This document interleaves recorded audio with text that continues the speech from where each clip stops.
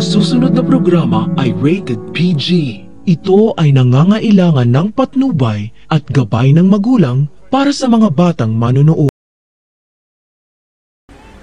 Gumuho ang mundo ni Doc RJ dahil hindi sumipot si Lynette sa lugar na sinabi niya, bagkus nagpadala lang ito ng sulat na nagsasaad na si Carlos ang pinili ni Lynette. Nagulat naman ang lahat nang makita si Doc RJ sa simbahan at ang akala nila na guguluhin ni RJ ang kasal ni Lynette at Carlos, pero nagkamali pala sila ng akala. Sapagkat binati pa ni RJ si Carlos at Lynette sa kasal nila kahit masakit sa kalooban niya na si Carlos ang pinili ni Lynette kaysa sa kanya at wala na siyang magagawa pa. Nagtaka pa si Carlos kung sino ang nag-imbita kay RJ sa kasal nila, pero ang hindi alam ni Lynette, si Carlos pala mismo ang nag-invite kay RJ para mas lalo itong masaktan. Pero ang hindi alam ni Carlos, inamin ni Lynette sa sulat niya na si RJ talaga ang tunay niyang mahal, kaya lang mahirap ang sitwasyon nila kaya si Carlos ang pinili niya. Ang buong akala ni Lynette, si Carlos na talaga ang para sa kanya habang buhay dahil kasal sila, pero ang hindi niya alam, hindi pala legal ang kasal nilang dalawa ni Carlos.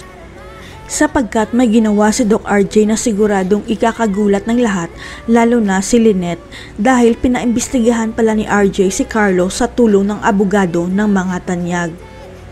Walang kamalay-malay si Giselle at Lolo Pepe na pinaimbestigahan pala ni Doc RJ si Carlos sa tulong ng abogado nila at natuklasan ng abogado na kasal pa si Carlos sa iba.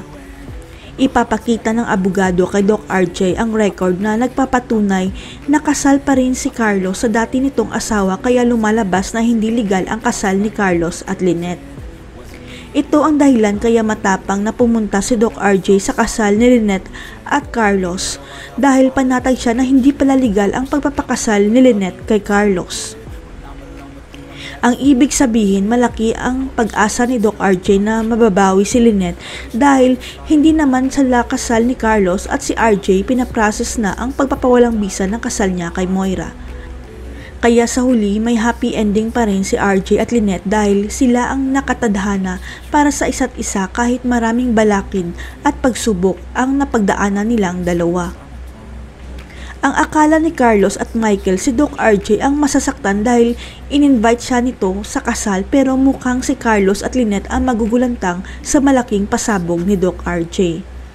Sapagkat ilalantad ni Doc RJ ang dokumento na nagpapatunay na hindi pwede maging legal wife ni Carlos si Lynette dahil kasal pa si Doc Carlos sa dati niyang asawa. Malalantad na kaya sa reception ang pinakatago-tagong sekreto ni Carlos? Si Giselle kaya naging ex-wife ni Carlos at hindi niya alam na legal pala ang kasal nila? Abangan.